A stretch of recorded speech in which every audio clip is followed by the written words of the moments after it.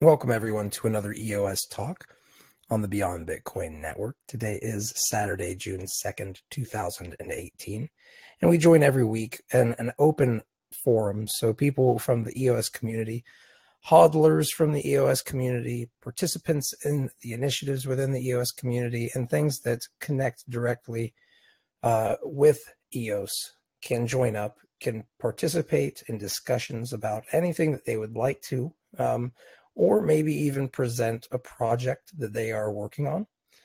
We do this and offer this weekly. You don't have to pay money to do this. There's nothing. We try to remain as low barrier to entry as possible. And additionally, we reward people with EOS bits who do join up as guest speakers. So with that said, thank you everybody for joining up tonight. This is a very special night. The distribution of EOS has now finished. Some good things coming on that front. We will go over, of course, really quick, as we always do. We're going to talk about just really quickly the forums.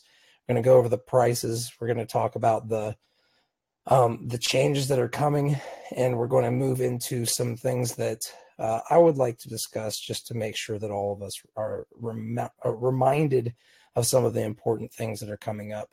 We even have a little timeline and roadmap that I'm going to go ahead and send you, PowerPics, to show everybody as we go forward what to expect.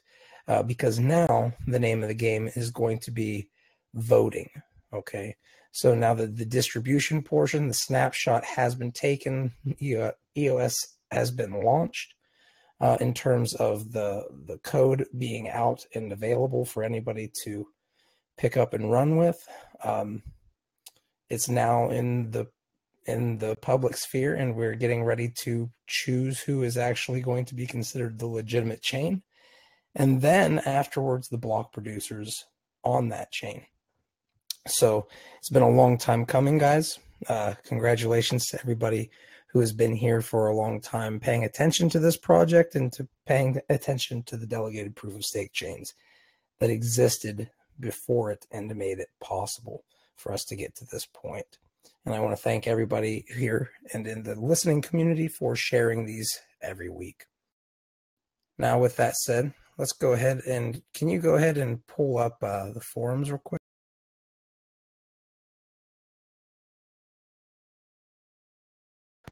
These are the decentralized forums that we have. They're based on blockchain technology, where you can actually go and you can post today about anything on EOS, and you can get rewarded with Steam for the efforts. If you go in the top left-hand corner, you'll see that we have the price. The price is going up after the initial distribution phase is over. I have some ideas on why, if we can go ahead and look at the price and bring that in. Actually, maybe bring in the chart.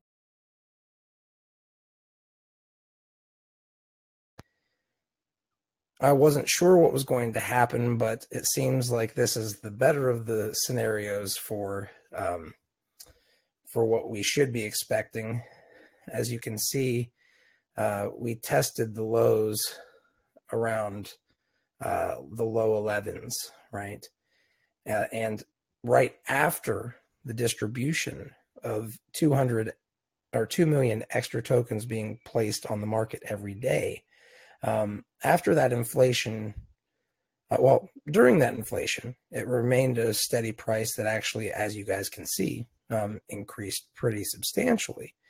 Now, one would believe that it should go up in value afterwards, right? After the distribution is over, there's fewer tokens that are going to be coming onto the market, which means the term dilution, the dilution or increase of the supply, and making them less unique, right? That has ceased. So it should make these tokens worth more, or at least the perception of that being that the tokens should not lose value, because they should not be considered, if they could hold up under the inflation early on, without the project being finished and it being able to hold up during that time should make this time, with fewer tokens coming onto the market every day, that should make it so the price would be perceived as something that should increase, right? Now, obviously, markets are not always rational. Well, they're always rational. It's just not necessarily on the timing that you would like.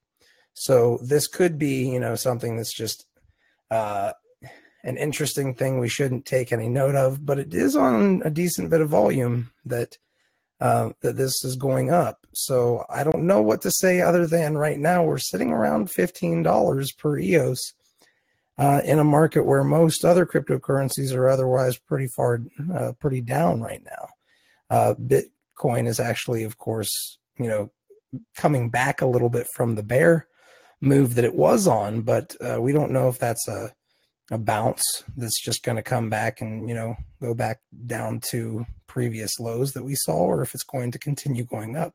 But either way, EOS has pretty healthily weathered the BTC and altcoin issues as far as those coins and the markets go. In terms of that, EOS was doing quite well before the distribution.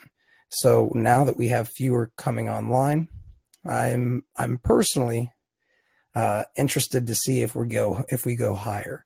We'll see what happens. Obviously, just because it's on a lot of volume that it pushed it up, or pretty reasonable volume that it pushed it up to 15, does not mean it'll sustain it there. And it also doesn't mean that it won't go past 15.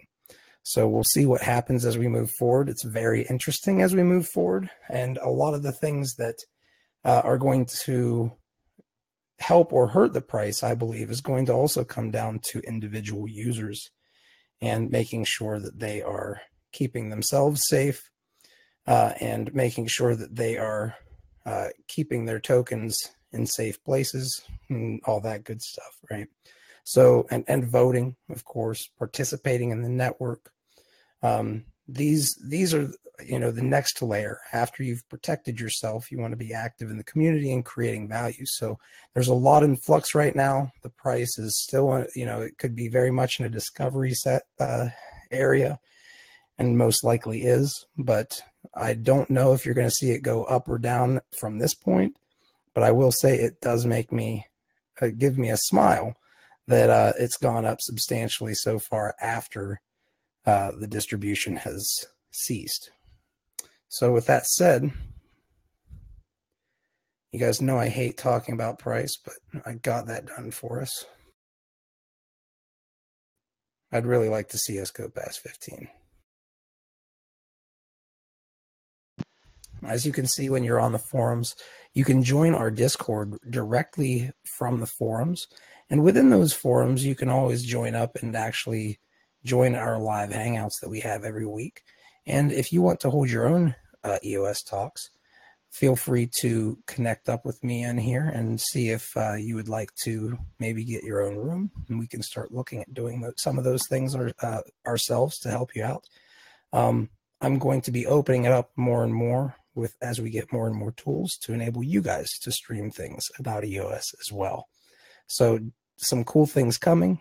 Just keep your eyes open, and thank you guys for participating in these forums. These are forums that are based on the blockchain technology, the delegated proof of stake blockchain technology.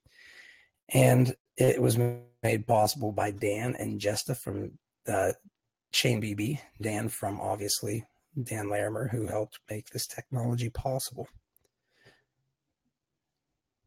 Okay, and then let's go ahead and really quick, I'm not going to do it too much right now, but I will say, if we could go to blocktivity.info really quickly.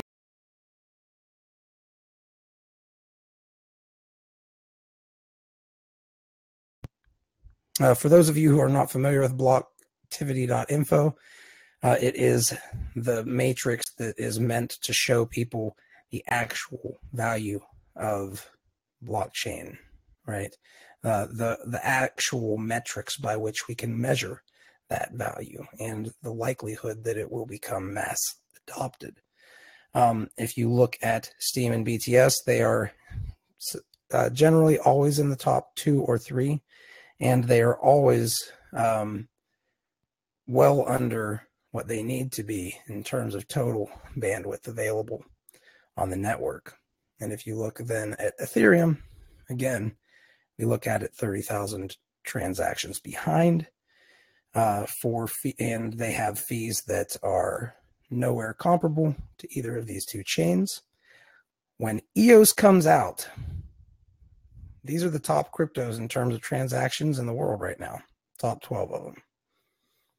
I expect EOS to be on here relatively quickly. So I look forward to seeing that. But I guess real quick before we get on to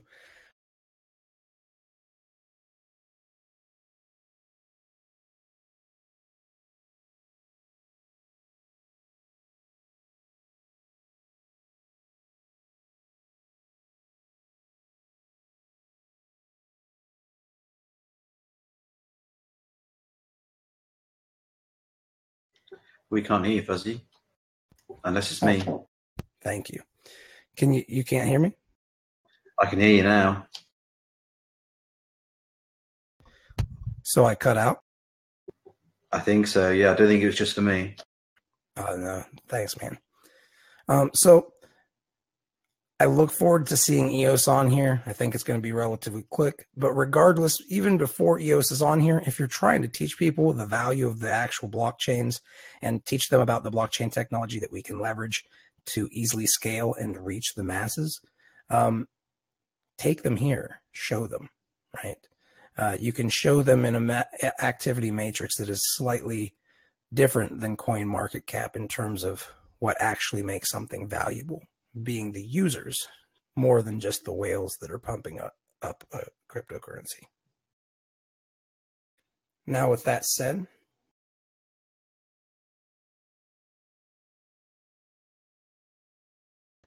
let's go ahead and move on to, I'm going to hand you this PowerPics.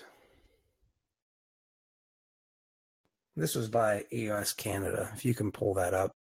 If I were streaming it, I would pull it up, but yeah, this is a lucky. A great timeline that they published. So a lot of people are going to be out there spreading FUD. The chain's going to be messed up. It's not going to work. We don't even have everything voted on. Like, people are having to vote through a CLI wallet. There's no wallet. There's going to be so much FUD. It's going to be ridiculous. So don't go getting scared and selling your tokens based on something that's unverified. But one of the things that we can say is that we are currently at the stage where we are getting ready to vote on which chain is going to be the actual chain, right? And we have, just really quickly, give everybody this.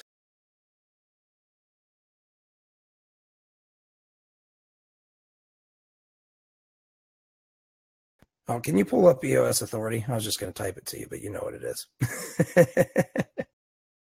Sorry about that. EOS Authority, you can go there right now. Well, it's not EOS Authority.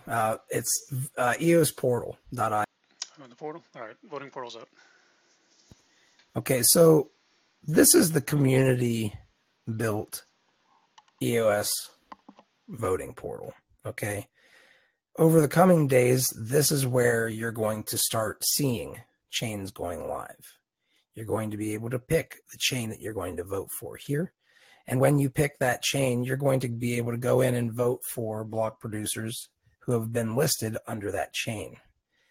So what I suspect you're going to see is groups of people who are block producers who are launching these various chains and promoting them. And you're going to have one that's going to get chosen. They're going to, the last that I checked, Phil Miser, how did he say it? It was Phil Mesnier. That's how it's said.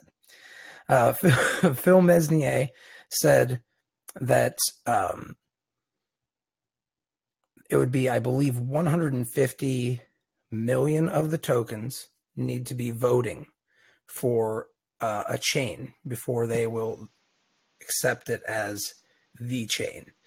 So it sounds like about 15% of the stake needs to be voting, which actually seems about around what statistically you get in terms of voting within BitShares and Steam. In these ecosystems where people get to vote, a lot of them don't necessarily vote. So 15% should be around what we've seen as historical averages, somewhere around there.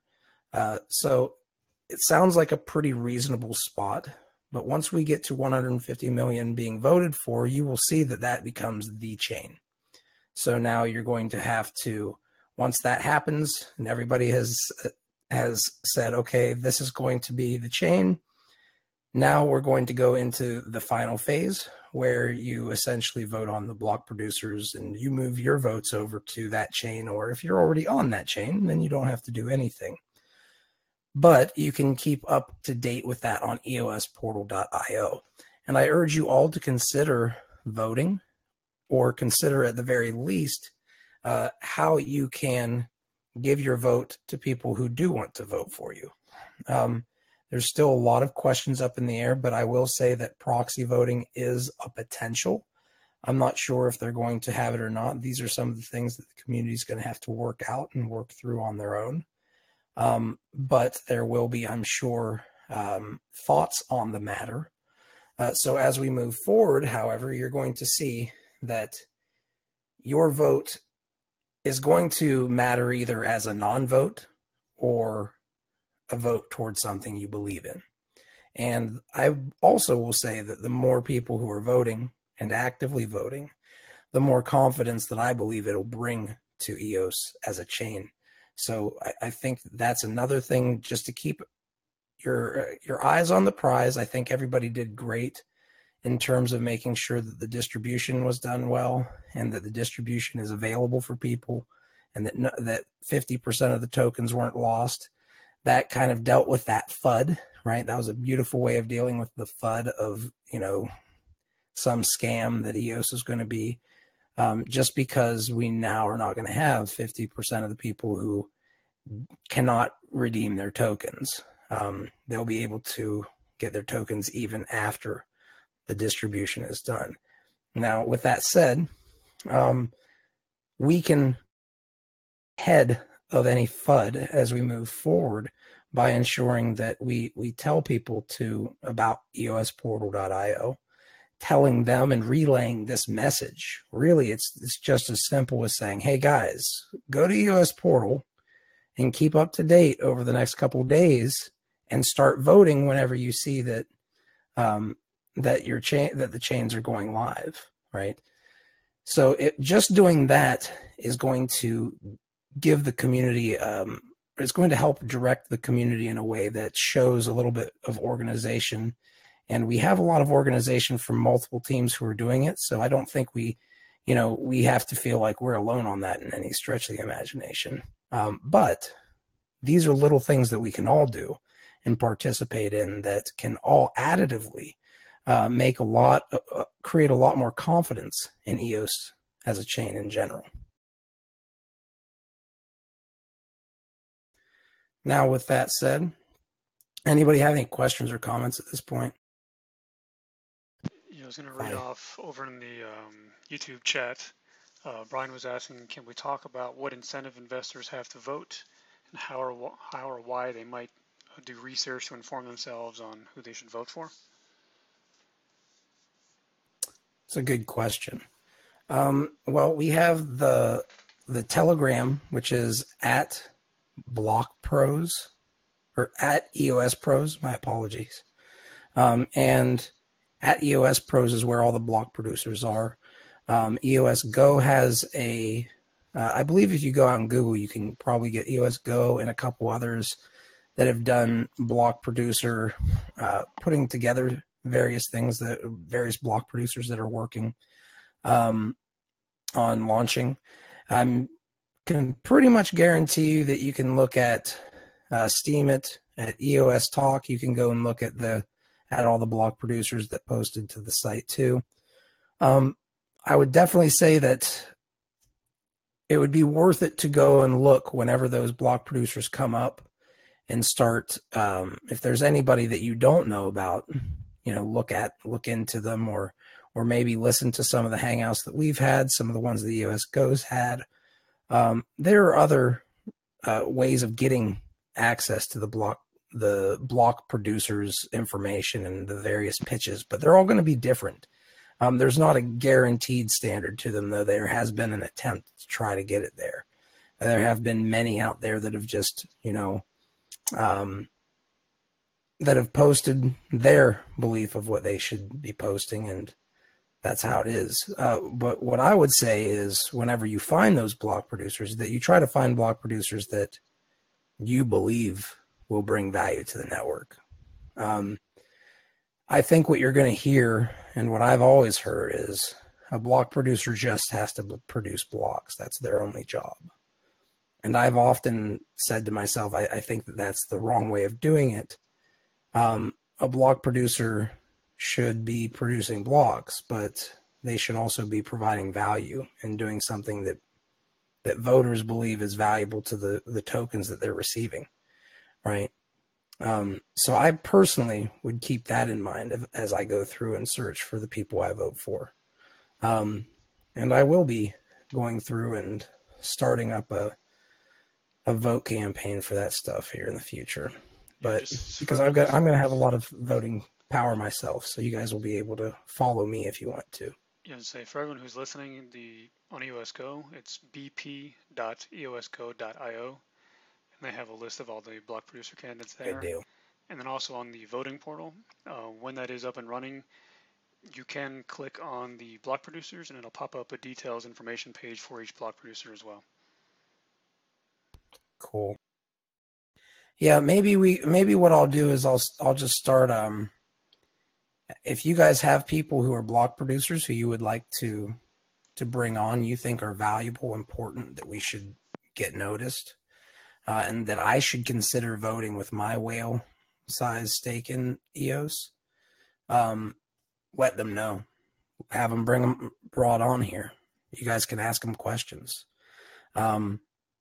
This is kind of one of the things that this is here for, is to give you guys that kind of power, right? And of course, I'll be here too to help out with it, but I really want to open this up for the community, and I've made a lot of promises to do that, and in the end, you can't do this stuff without a community. I want to make that very clear. So I would say, if you guys find people who are doing cool things as far as block producers, bring them on if you want to see if they will, if you think that they might be valuable for me to vote for.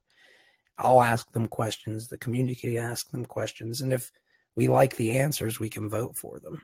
And if you need to give them incentive, just let them know that I will have at least 100,000 EOS that I'll be voting with, and that I'm going to be handpicking the block producers that I vote for. So if you guys want to help me find those block producers, I say let's rock it. Does that answer the question? Or I know it's a lot of answers to a single question that probably was expecting a simple answer, but yeah, that was pretty in detailed, and plus, we gave the links of where they can go and check them out. So yeah, so it gives the answer. It gives the short answer and the long answer, essentially. Yeah, correct. Perfect. It's tough. So with that said, do you guys... a lot of information that's been coming out like fast and furious the last 2 days, and I know a lot of people have been jumping into telegrams, even people who are non-tech, jumping into a lot of the rooms, even into the block producer room, and kind of asking questions whether they belong in certain channels or not is a different thing. But you can understand how people are being confused, because we're just so used to easily either voting for a witness on Steam or proxy voting on BitShares and stuff. And because this is so new, I don't think people have really seen this size of a launch in such a long time. We're so used to seeing, here's my wallet, there's going my wallet, here's my place to vote, and that's not here yet. It's still being built, still being organized, so it's a new experience for many people. Yeah, but to be clear, just so those of you do know who are hearing FUD about, oh, they don't even have a place to go vote. You can go vote without the CLI, right? Without the command line interface where you have to type in the commands to do it. You can go and do it from a GUI, which is an interface that is used for people, not typing code, but just point and click, just the stuff that you're used to on a computer, right? So it exists now. Make sure that people know about it, and let's go ahead and move forward. Does that sound good with you? Absolutely. Sounds good, man. Are you still there, PowerPics? Yeah, can you hear me?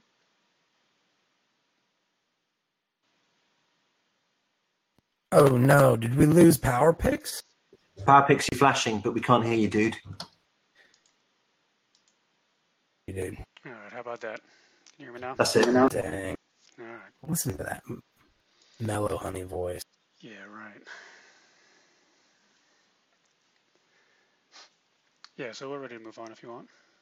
Okay, so I wanted to, if there's no other questions at this moment, well, are there any questions or comments at this moment? Not on my side, no. Okay, if not, then I would say let's go ahead and go through, if you want to, really quickly give an overview of the contests and the community events that are going on right now. Yeah, definitely. Any updates that you'd like to give? Okay. Yeah, I mean, this last week, we focused more on the EOS launch type bounties, and we had 2 bounties running that you put up. One is for the voting portal, which we now have that. The one is up and running, but it was for anyone, any block producers or communities that wants to put out an open source GUI, front end voting portal. They can come in. We have a bounty for that. It was 500 Beyond Bit and 100 EOS bits. And that's kind of like an open bounty. So anyone who's listening, if you guys are developing, besides one that are out there, come and post it in here. Just put a link to your code repository, to the working portal itself, a link to your team or block producer website, so we know who you are. Just drop it in there. And this is not a first, second, third thing. This is just an open bounty. So anyone who comes in and drops their voting portal in here, they'll get rewarded for it. And our second bounty that we have up is, well, it was for the EOS registration to make a video tutorial how to do that, but we've now passed that point, so that's fine. But we did have that bounty running as well. That was 100 Beyond Bit and 250 EOS bit. So that's really what we were focusing on this week, because we are all kind of in launch mode. Next week we'll get back into some of the more fun, say like fan art for EOS or memes, things like that. We'll get into that, some of that artwork, as well as, like you were just talking about, putting a push on getting people still how to get in and vote and take part in the community and learn and really be a part of EOS as it gets launched right from the beginning. Yeah, and I'll say this right now. The next stage for me is voting, right? And we're going to be making some of our initiatives and some of the things that we're going to be doing are going to be directed in that way. And one of the big things that I want to do is I want to start really leveraging the fact that I'm going to need to vote on these big block producers and bring them to the show to see if we should vote on them or not, and kind of get everybody's opinions on what they think about how to better block producers' proposals, or if they think something's best block producers should all know about them. I really want to kind of start having a spot for that too. Just because I'm going to be having to vote for them, you guys are going to have to vote for them, or you're going to have to proxy somebody like me to vote for them, right? So consider, as you guys are out there looking into EOS, if you guys see people who are doing cool things, let them know about these types of initiatives, because not only are they going to get coins and all that stuff, they're going to get votes for block production. And this is something that I think that we really need to focus on moving forward. The distribution part was the easy part. This is the hard part that's coming up, is going to be the continual political stuff that comes out. And it's not going to be easy, but we can have fun with it, with the memes and all that good stuff, and also have initiatives that drive people to move and vote on things and change things, right? So I want to just let you guys all know, like, the more you guys empower us with your participation in those and getting rewarded at the same time, the better off it is for all of us. Yeah, definitely. Because I mean, we have to look at this as, you know, we're used to voting for witnesses on Steam or on BitShares, but the block producers in EOS have such a like a grander responsibility, because it's not just like EOS is a singular platform website. I mean, it is the backbone to what will become hundreds, maybe thousands of other applications that are running on it. So the responsibility is a lot greater. So having an involvement and having these block producers come in and, like you said, talk to the community about what they represent, what they're doing, what their involvement is something that is really going to be needed for people to make honest and informed decisions on voting.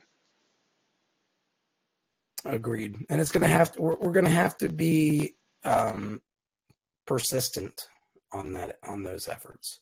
And of course, it doesn't have to always be about block producers and all that good stuff. But the reason why we have these, and you're going to see sooner or later, but the reason why we have these is you're never going to know when you're going to have a place where you can go and talk about something with EOS, with the chain that you hold tokens in. You might have a moment when you're doing something amazing and you want everybody to know about it. You also might have a moment when you hope to God that everybody knows about a warning that you have, right? There are things that sometimes need to be spoken about in our community and in the broader community. And this is the place for you guys to do that. This is why we're setting it up this way. That's why I want it to be so everybody holds their own EOS talks at some point, because all of you guys can have a voice, but this is something that's going to be a persistent effort. And I want to make that very clear. We don't have to live it, but we do have to take it seriously on that front.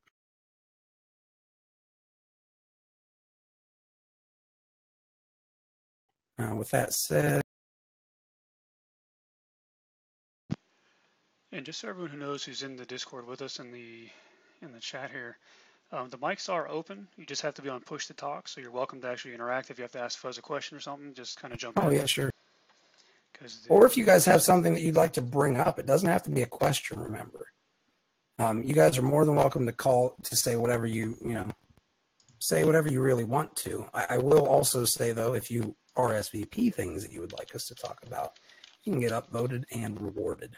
But with that said, feel free, I'll step back. Yeah, and I just unlocked the text room also, so people can type in their questions as well if they want to.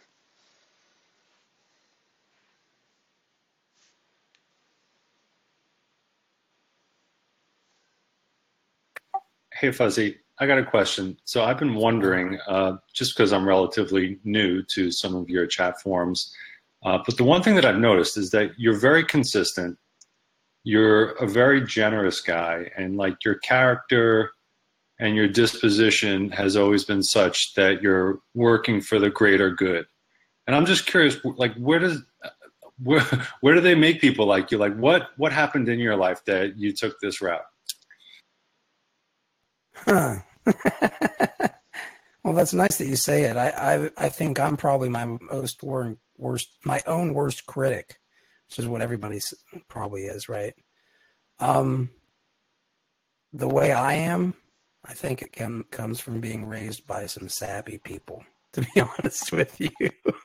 That's the only way I can think of that saps can get born and exist on this planet, is by being... It's a hard question, man. I don't know. Like, I'm a sappy guy, I guess. I don't know if it's I don't know if I would say that I'm anything special, though. I think we all get a chance to make those decisions, though. You know what I mean? And it's not exactly the easiest thing to trust people, but we have to trust each other. It's kind of like part of the reason for life, I think. For us to interact and trust one another and earn one another's trust and strive, separately, but also toward common visions and find the people who have common visions. You know, I think that I'll just keep it at this. I think we live in a world where we have the illusion that we don't have enough, right? That we're never gonna, that we're always gonna just be always just a step behind feeding every human being, giving everybody what they need. You know, it's really an illusion, right? When we could have a world that's full of wealth, right? That where everybody has what they need. And I think that it really takes us, instead of spending all of our time thinking about the bad stuff, we have to do something about it. And we have to realize that it's people like you guys who, you know, not everybody have I found that I can trust, but the people who over time prove to me that they're trustworthy, they make it everything worth it. And they make my life brighter, to be honest with you. And the ones who are friggin' crazy, at least they're good stories later on. You know what I mean? I am going to be an old guy someday, and I'm going to have a bunch of stories because I'm not going to be able to do anything else. So I might as well live vicariously through those suckers. Thanks, Fuzzy. It's a very evolved stance. I like your answer, and you know, it takes people entire lifetimes to realize that success can be based on how many lives that you can improve, right? And your self-worth comes from what you create. Yep. From learning the power that you have. And a lot of the time, it's funny, it's like helping other people teaches me also sometimes where I'm valuable and I might not otherwise have realized I was valuable.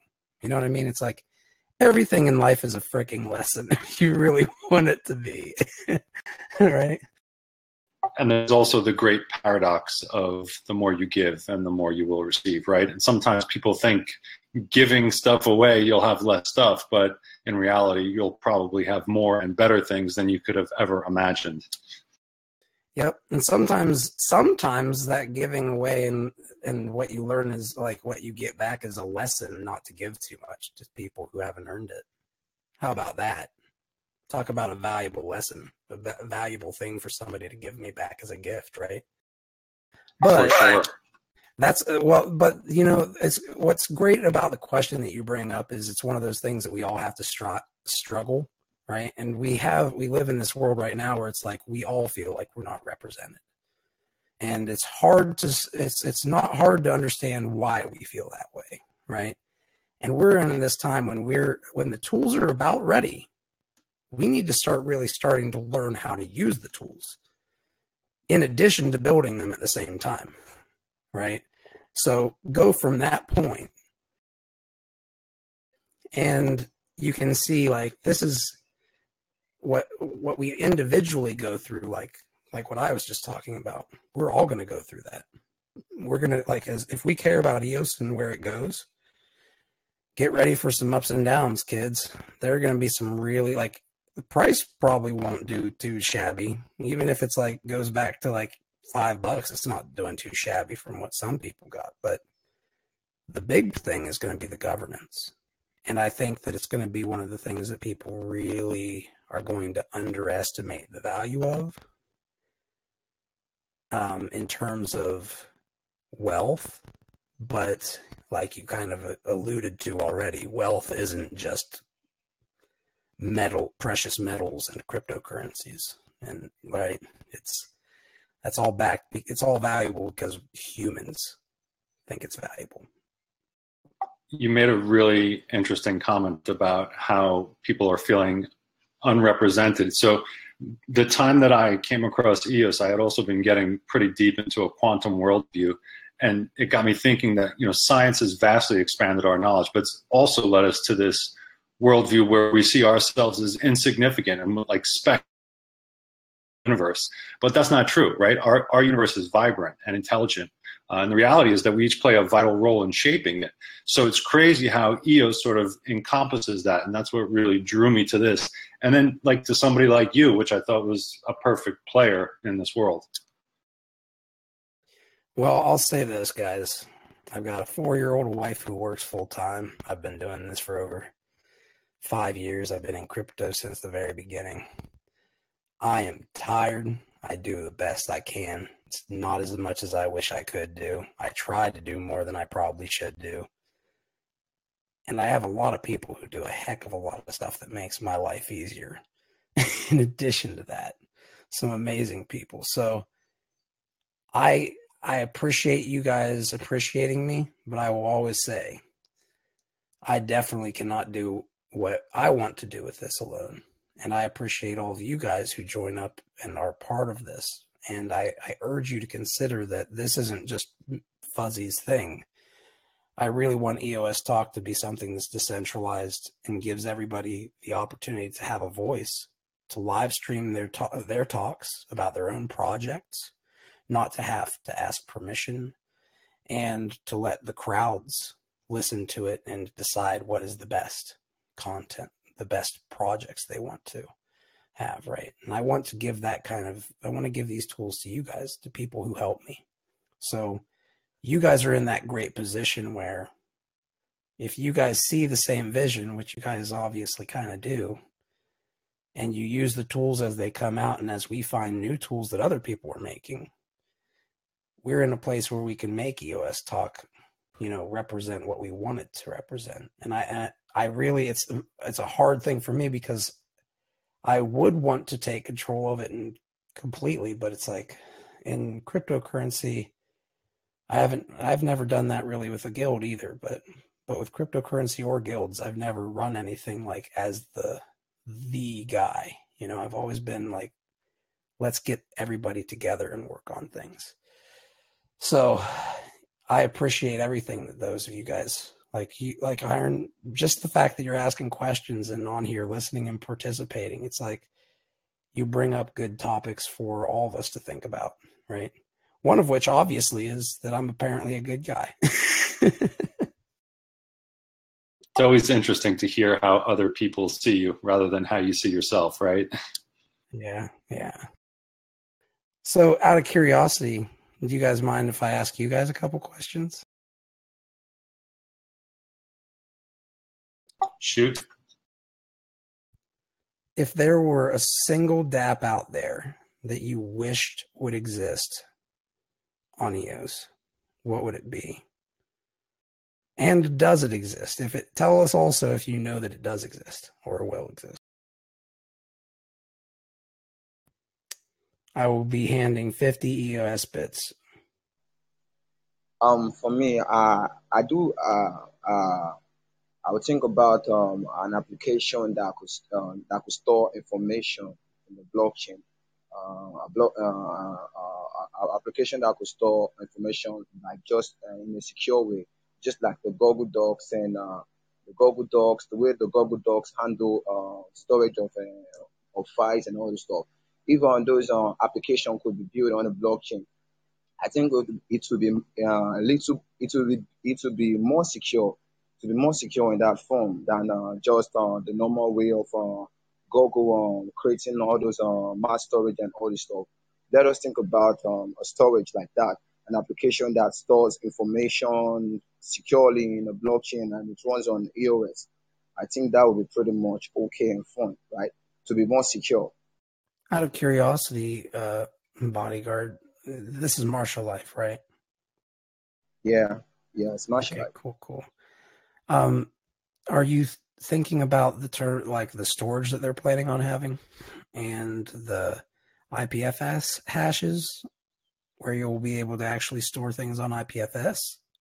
Or are you talking about having it where it's alterable text directly on the blockchain? Alterable text running on the blockchain. I'm just trying to come up with a way like that. Maybe it's more a little bit secure than just.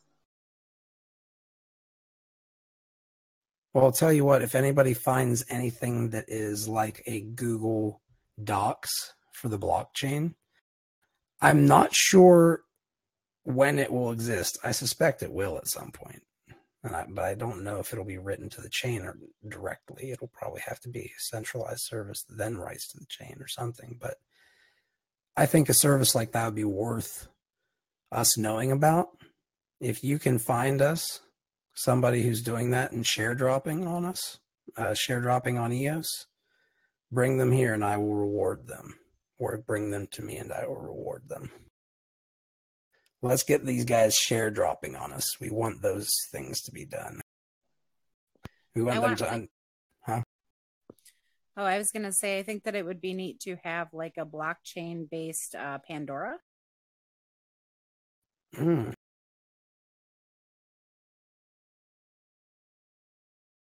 That is an interesting idea.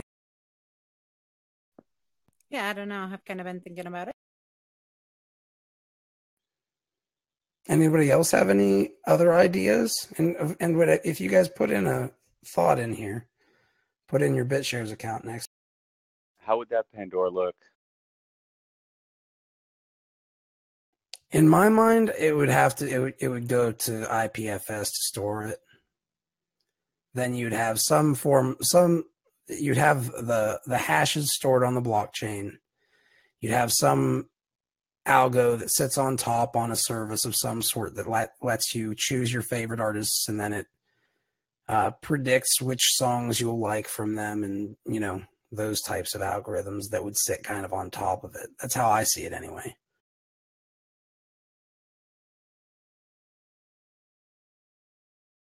I think I'd like to see something like the Internet Wayback Machine to make sure that nothing gets deleted.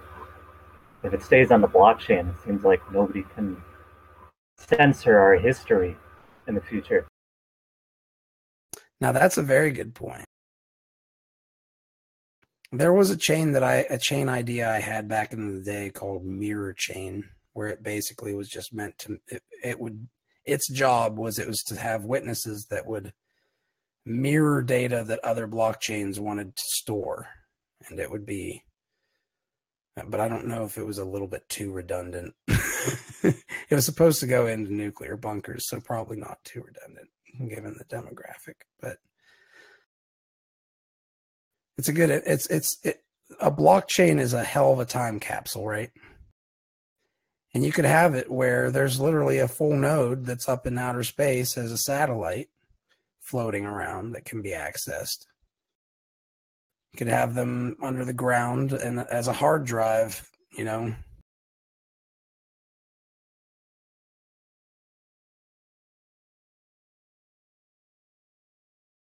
blockchain dating site. You know what's funny, Coney, is I won't get too deep into it, but one of my friends, I'll say, not me, but one of my friends, it's funny because everybody's going to think this is me, but it's not one. It's not actually me either. But one of my friends met his girlfriend and the person he actually loves today, like he's in love with her, on Tinder. And apparently I'm old and I thought that Tinder was just for other things, right? But I brought up the joke, you should have it where, you can have Tinder on a blockchain. That way you can tip each other. We live in crazy times. I don't remember days when this type of stuff was big, but I suspect that's where we're going with blockchain technology. People are pervs, and I think they'll use the tech first for sex or war. That's generally how it gets used first. So maybe there's a blockchain that existed for warfare before any of this. Who knows? Or maybe it's just war on the bankers, right? I guess that is what it is, isn't it? On the banking cartels, we should call them.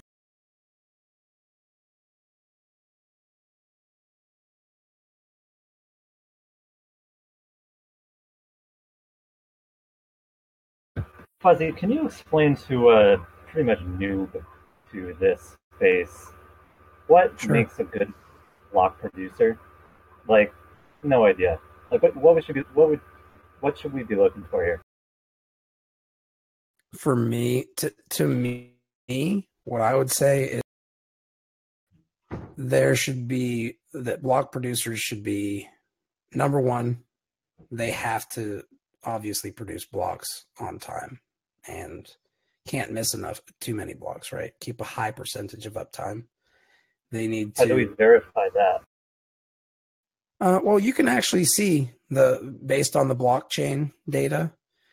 since it's all basically really transparent on that front, right? It's kind of like you could go to blockchain.info and you could see which block was mined at which time and how many transactions were in it, which of each individual transactions were in it, where they came from, where it went to, all that stuff, right?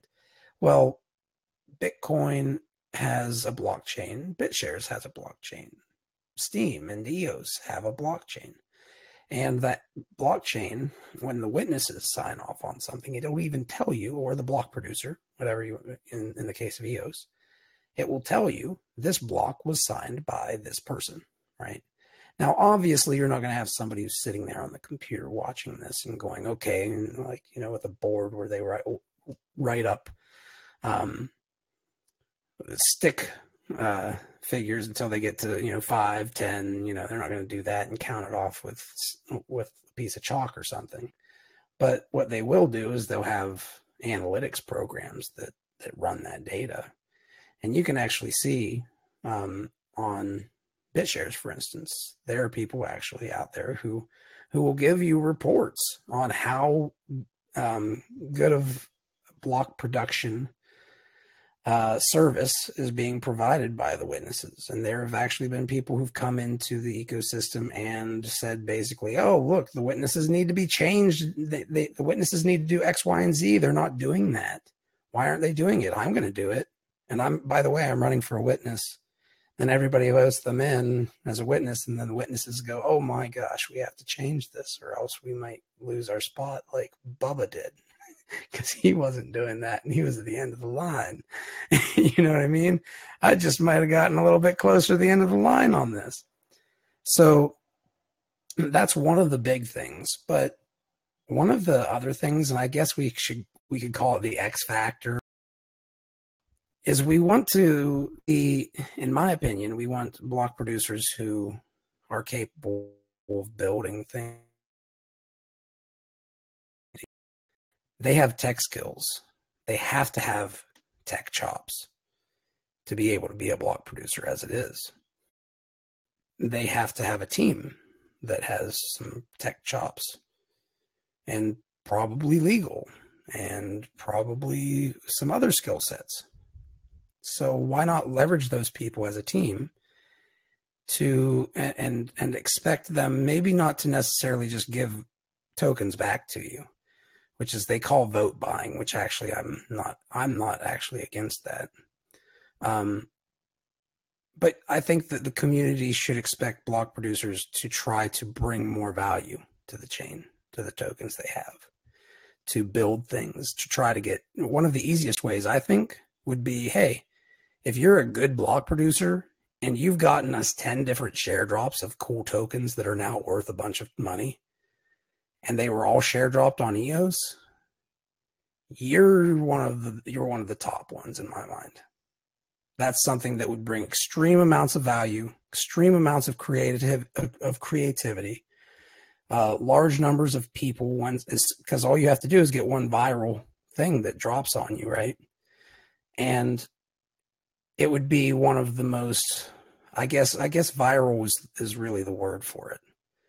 I mean, imagine, for instance, real quick, guys, if just close your eyes and imagine a year out from now, we have a bunch of block producers who've been voted in. We have term limits on them. Maybe we'll take out term limits right now. But right now, they are all out there and they're voted in, and the community expects them to try to get share drops and build things that the community needs, like the voting portals and things like that. Imagine if the block producers are doing those things in addition to just block production, how much more valuable EOS is going to be, right? And who's in the best position to leverage that to create value, if not the block producers, right? Think of them as kind of like a decentralized ETH foundation, because eventually they're all going to have a lot of stake that comes to them, right, over time, which is why I think term limits are valuable for us too. But you have that where they are the ones who are leveraging their expertise. They can be voted out in a second. if they're ever caught doing something wrong. You have those things in place, but you expect them to bring extra value. And I think that what I would say just in closing is, if you don't know all the things that would bring extra value, think about it. Don't be afraid to continue thinking about it, asking other people what they think so you can learn what they think. Get smarter about this stuff. Join these hangouts. Join other hangouts. Talk to people about it and see what other people think. And come up to your own conclusion. If you think there's a better one, feel free to join up here and tell us. If I like it, I'll adopt it. Can you just point the total nudes of us in the right direction, or like any websites or anything that would be the best places for us to look at all these block producer candidates to do our own research on them? We had one posted earlier. PowerPics, didn't you post the block producer list? Yeah, I dropped it in the chat just now. Okay, thank you so much. You think we're still going to have multiple chains launch, Fuzzy, or no? It seems like it looks a lot less like that because there's a lot more, how do I say this? A lot more coordination than I thought there might be. And of course, that's a good thing. I was hoping that would be the case, but you guys will always hear me tend to lean toward the, I don't want to call it the negative Nancy side, but the paranoid side, the whatever you want to call it, the side that says Murphy's Law exists, right? Here's another good one. This is on Reddit.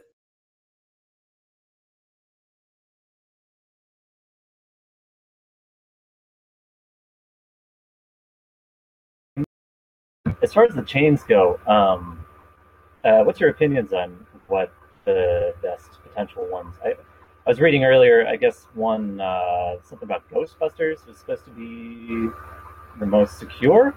Can you talk about those? Ghostbusters? Can you get me a link? Man, I'd have to dig it up. That was one of the test nets. Oh, you're talking about the test nets. Okay. Well, I suspect that you're going to have the people who are running the test nets. They're essentially going to be running block producers. Right? So you're going to have people who are going to come out and they're going to say, this is EOS, or this is the EOS that we think that it should be. And by the way, our block producer is the most secure. You're going to have them kind of pitch their own thing. I don't know unless I look at it, and I honestly can't tell you. I'm not a security expert, but I do know enough to say if somebody has no clue what they're doing. But what I will say is, just to make it clear, is that you're kind of going to have, how do I say this? The security for the blockchain, you're going to be very well aware of people who are not securing the blockchain. There will be people who will be screaming at the top of their lungs. And I'm actually quite appreciative of those people, even though they kind of get frustrating at times. And they'll even get frustrating at times when you're trying to build something. But they're absolutely necessary, because they are kind of that person who's like, I think that this is a problem. And if it is, then thank God you looked at that, and you will have people who call that stuff out. So I would say keep up to date on those types of things too, right? Really, at first, all they need to do is they just need to produce blocks, right? We don't have to worry probably too much about anything else until they get into a spot where they're securely producing blocks. There's no chance of very little chance of any forks or hard forks or any community division that creeps in and causes something weird to happen. I'm not saying that any of that would happen, but there again, Murphy's Law. I would say really you're just going to see people kind of randomly choose at first. It's going to be settled and then they'll move over. Now that I see how the EOS portal.io is, I think it's going to be relatively quick. And the cool thing is, if you are a block producer on chain A and chain C gets called on and you're, it's not that hard to move over there too and just be available for people to vote for, right? And you will know. 150 million people will vote on it, or 150 million tokens will vote on it. Yeah, and you had just mentioned too about things popping up and stuff. I mean, remember just even this evening, right around the token freeze. I mean, they just launched Great. EOS 1.0.1. So they're still doing security fixes right now, even as the block producers are trying to get a mainnet up and running. So. Yeah, and I don't think anything's going to be. One thing that I can expect is, and I can say that everybody should expect, is a lot of FUD over the coming days at some point in time. Yeah. You're probably going to have some big pumps and stuff too, but you're going to have some real scary days where people are saying, are screaming at the top of their lungs. And I'll say, one of the things that I've learned, and I need to keep to this lesson more myself, is only roll with what you can afford to lose so you don't go insane. All right. Take some off the top for yourself when you gain, so you know that you locked in a gain, so you don't feel like you're going to lose everything. And then work on the things that you believe in. How many BTS per year? Are these being paid, people being paid by ETH? What do you mean, Mezcavs fan?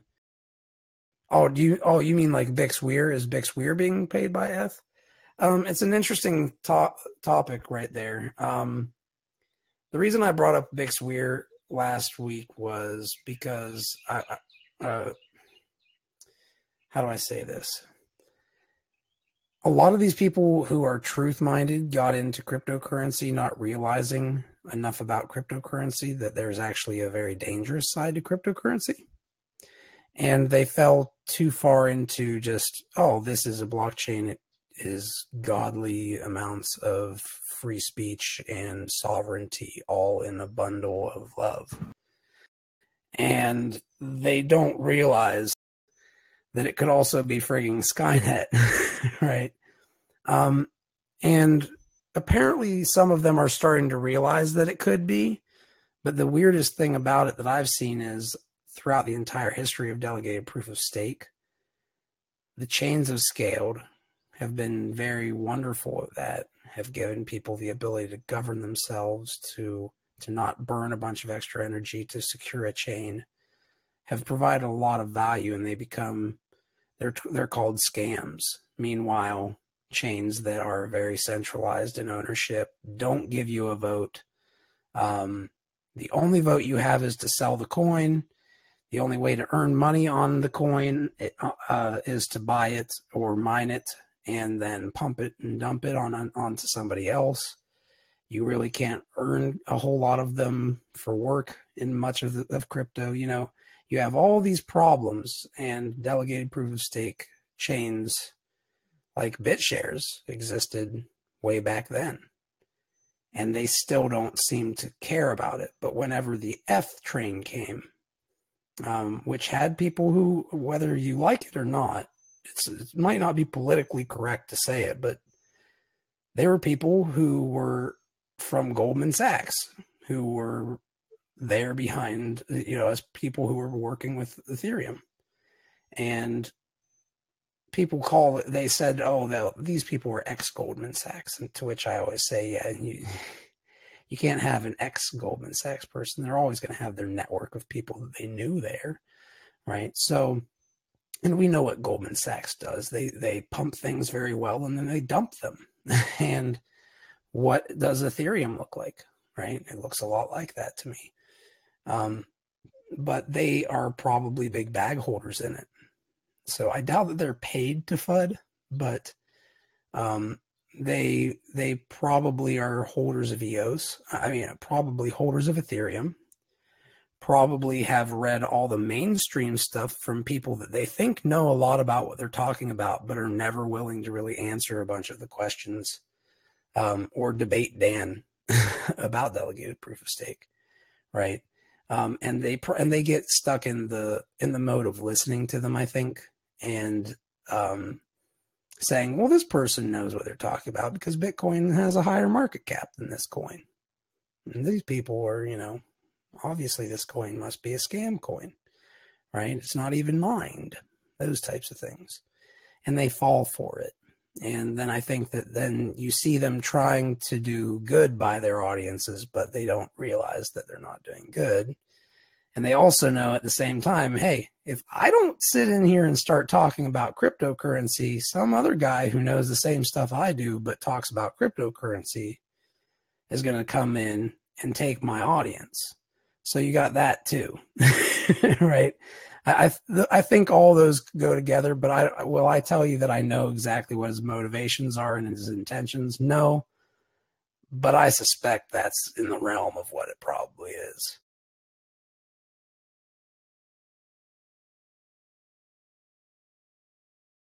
If you mine Ethereum, is it wise to change to mine EOS now? Well, they do have services where you can mine the most profitable coin you can mine at any given time and turn it into whatever you want it to turn into. They do have those. So that might not be, I mean, if you mine and you have a mining setup, you might as well continue using it until it's not worth anything anymore. Or at least until it's burning more energy than it's making money for you.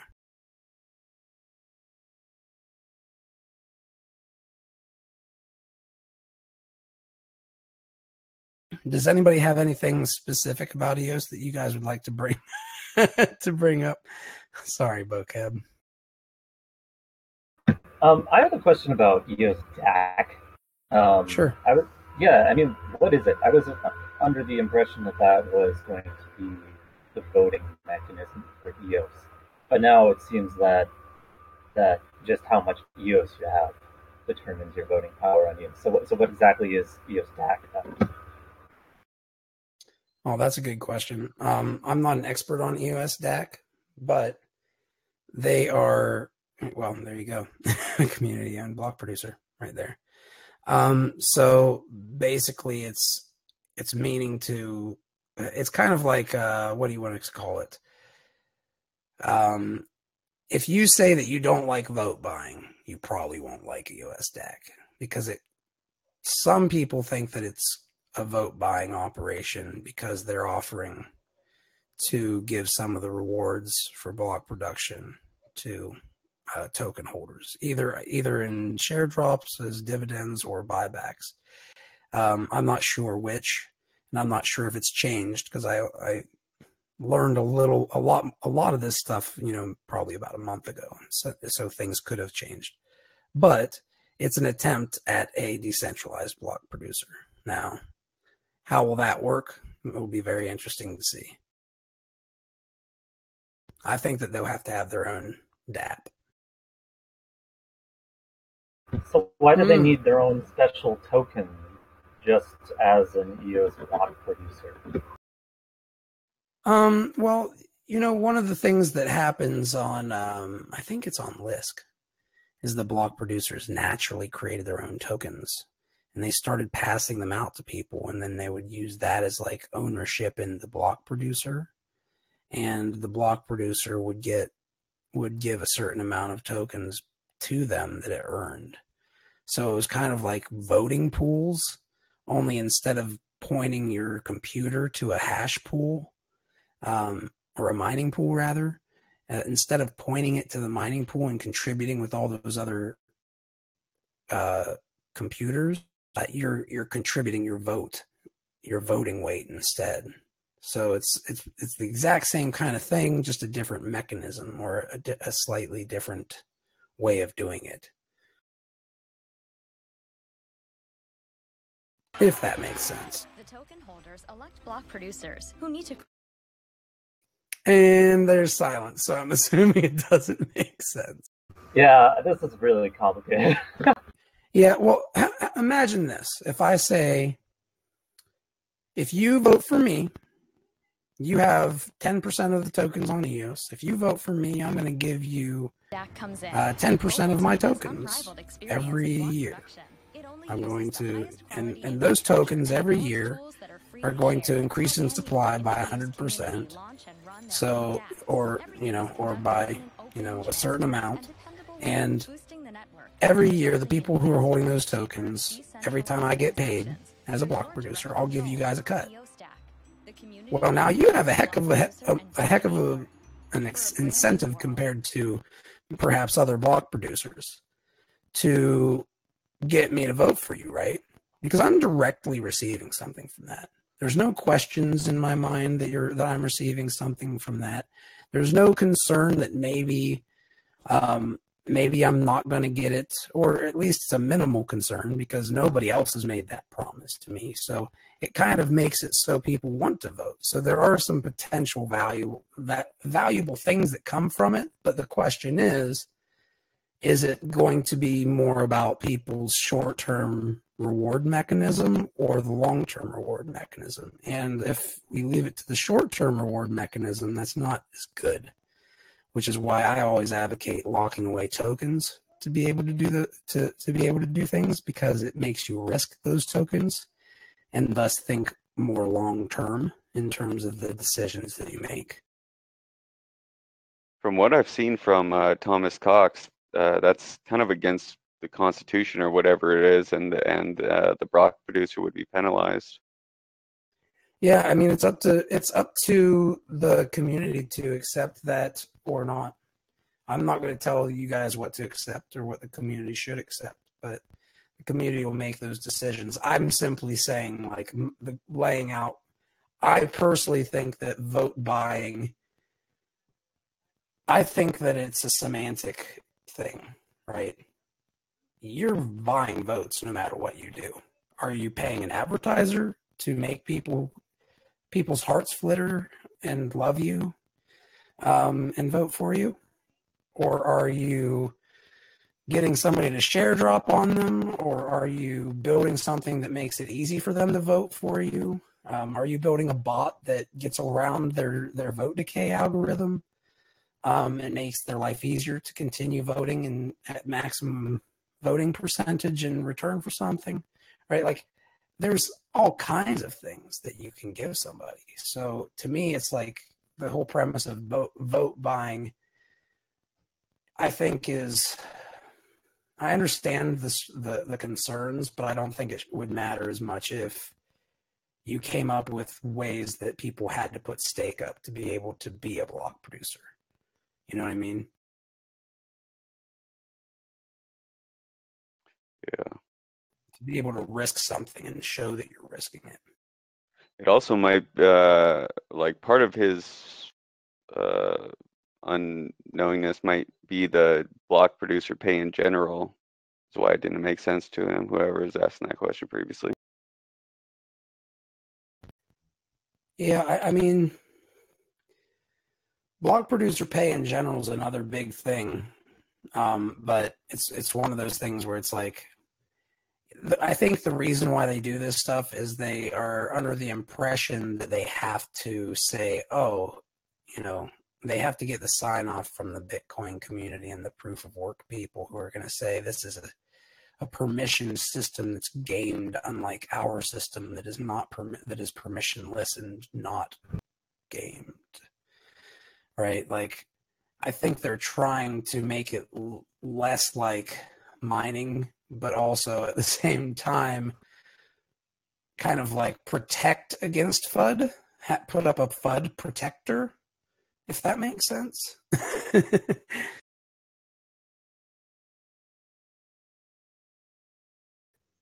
Yep. Truth, Akrid. Wow, MS Cavs fan. Okay, let's let's talk about that real quick. Here is a BP potential pay block producer who earned 2% of the votes will accumulate roughly 718 tokens per day. 718 tokens per day times 365 days is 262,000 EOS tokens per year. Using different prices of EOS, here is what the block producer would earn per year. At 15 per token, it would be 4 million per year. At 50 per token, 13 million per year. At 75 per token, 20 million per year. And at $100 per token, 26 million per year. You see, to me, as I see it, giving funds back to people is very similar to charging less in taxes, right? The money goes back into the pockets of who? The people who are the voters, the people holding stake in the system. So if you do that, then you're giving them the most liquid reward in the ecosystem, where they can then define what's important to them on a more micro scale, right? And whenever they can do that, now collectively, all of them doing that starts utilizing those tokens in a free market way that's a lot more free market and a lot less bureaucratic. And I do have worries about bureaucracy coming from that stuff. Yeah, FUD is kind of necessary. Trolling is not, though.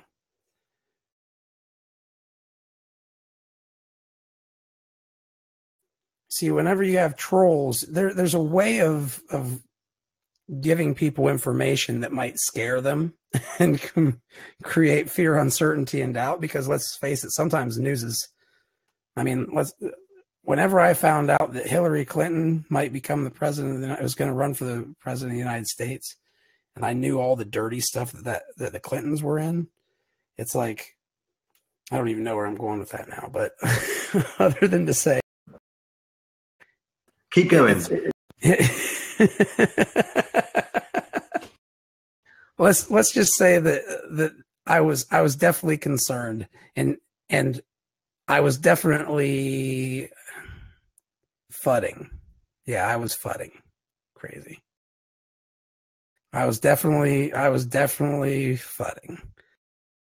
And as you can tell, I am not against ladies. I would gladly have a lady president who was not a psychopath. Well, that YouTube is actually quite a bit behind the chat. Is it? Probably like 30 seconds to a minute. Usually it's less than that. Maybe it's just a temporary thing. But the point of the matter is, I think that we want to make sure that stuff, I think if you want to find the cheapest that a block producer can be run and the most efficient, it might be paying people for votes might be one of the ways of achieving that. Now, if you don't want them all in one location, that might cause problems too.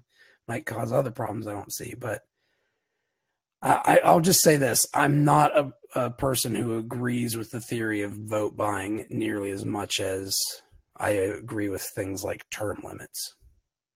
I think vote buying plus term limits is a good equation, actually.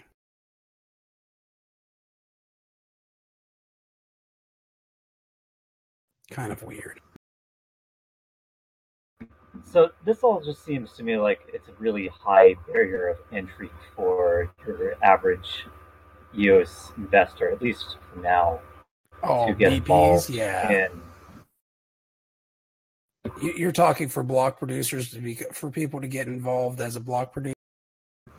No, I mean for people to just get involved in voting and just getting involved in the community beyond just your typical crypto person just buying some and hoping that it moves, etc. I mean, so for these people who might become interested in getting involved in it, it seems like a high barrier of entry. Can you explain, like on 5, how EOS is set up so that there won't be 99% of people that are just like that are not getting involved in the community, and 1% that just winds up strangleholding the direction? What you're going to see is those types of problems emerge fix them. I think that the founding fathers of my country, I don't know where you're from, but our founding fathers said that there should be a revolution every 200 some years, and that if your government ever stops representing what we put here, you should create a new government. So I think that that's unfortunately, I don't know that people are going to like me saying it, but I tend to think that these things being open source will make it so people will have an incentive to share drop new chains. So you might have a chain that really agrees with vote buying and another one who's like, nope.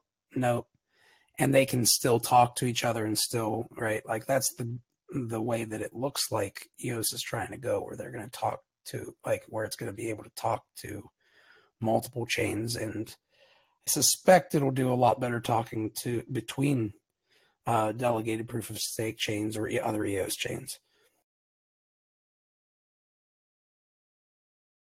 So true, when you hodl ES, you get other tokens through the share drops. That's yes, it's very important. Actually, it's one of the coolest things. Like in Ethereum, what did you have to do with your Ethereum tokens?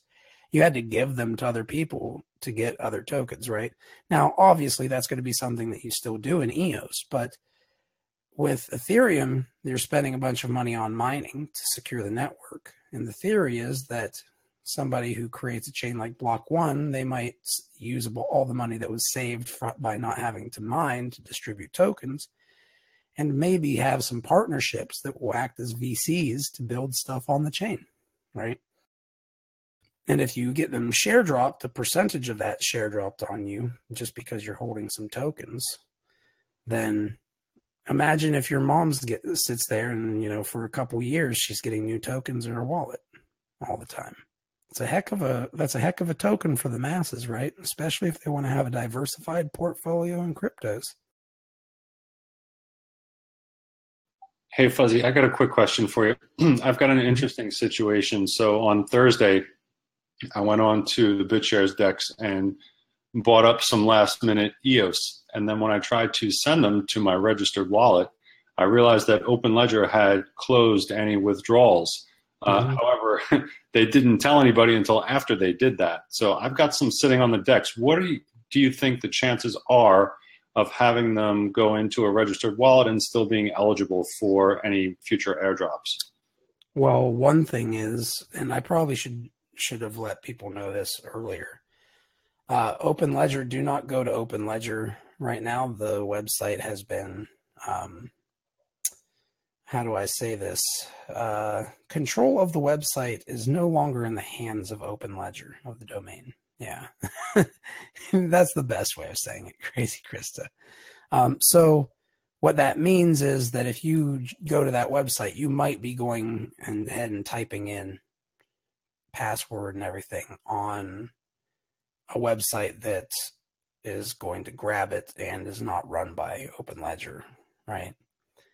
So the importance of that is really that just don't touch the stuff right now. But what I will say is, if you don't go on, like if you go onto BitShares as a wallet that you've downloaded, you'll be fine. Just don't go through the OpenLedger site right now. But with that said, you hold open EOS, and as long as you don't go on the site, you should be fine. And you should still have them. And if everything goes right, which we don't know what's going to happen with OpenLedger now, OpenLedger did say that they were going to be honoring that EOS share drop, right? The EOS share drop. So what that means is you would get tokens that you could withdraw and get 1-for-1 EOS for, right? Now, I do say that sadly with the caveat that this hack may have changed a lot of things that I have no clue about yet. We just learned about the loss of control of OpenLedger home site today, or at least I did. So I think there's a lot that still needs to be worked out and figured out on that front. And I urge you guys to ask OpenLedger. Don't badger them too much and get crazy or mean or anything, but try to get information about it. And hey, you know, if you got to write about what you've learned, that'll help them as far as customer support and stuff too. So keeping the word out, don't necessarily have to do it in a FUD type of way, but informing people, because, you know, let's face it, I understand that there are a lot of newbies out there who might have, you know, 5 or 10 EOS, and they think that that's, you know, that's the world to them, and they don't want to lose that. And we don't want you guys to lose that. It's just as important that you get that as somebody with, you know, 10,000 of them. Yeah, I'm hopeful that a DNS attack won't affect the open assets that are out there, right? So OpenEOS is not the only open asset that I hold, and I'm sure I'm not the only one who's in that camp, right? So unless OpenLedger is planning on going out of business, which would really suck because a lot of people would get screwed, hopefully they can just resolve this DNS issue. Yeah, that's one of the things that we have been wanting to, and why we've been advocating trying to get atomic swaps for a long time, but it's not easy stuff. And I will say that we are still better like in terms of BitShares. OpenLedger still is better than a lot of these other centralized exchanges, because at the very least, as long as you didn't give that, like, even if somebody for some reason, let's say cold storage that they hold gets attacked somehow and stolen, well, there's still the record that you owe that they owe you those tokens. You know what I mean? Which is still better than a centralized exchange that many times say, oh, we just got hacked and it destroyed our database. We don't even know whose tokens are whose of the tokens that we have left, and we don't, right? So it's like, that's kind of the type of stuff that Mt. Gox did. And that's why Dan was like, well, we need to create BitShares, an exchange where other exchanges can be more transparent and open and honest and not operate on fractional reserves, things like that, right? So I will say, like, what you did was what I told people who were newbies is one of the better options. Just because if you think that if you thought that you were going to screw up your registration and, you know, somehow, you know, or you couldn't trust yourself with your own, you know, with storing the keys and all that stuff, like this was, you know, holding on OpenLedger or RootX were two good options, just because they were going to do it all for you, but you always open yourself up to that risk of a centralized entity being attacked or shut down or gained control over. Yeah, I'm looking at it as a blessing in disguise, because in the back of my mind, I kind of wanted to keep some EOS in a place that I could trade them rather than just lock up what I've already purchased.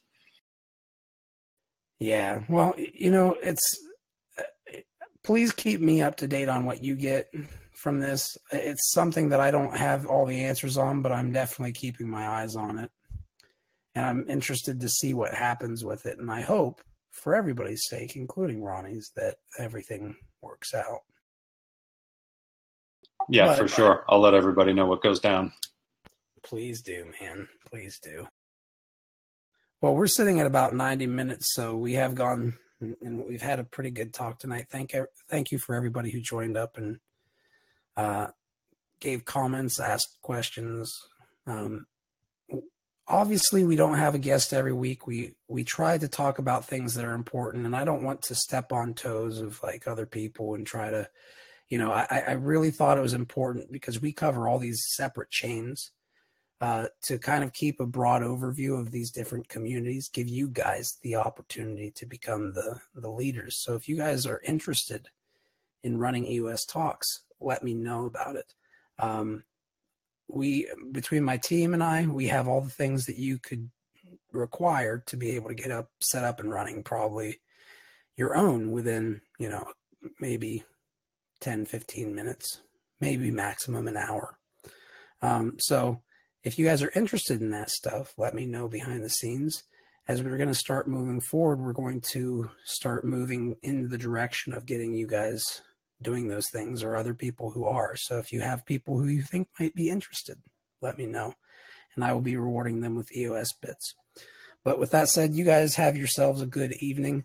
I am going to not have the after party tonight because my wife would like me to get off early because we have.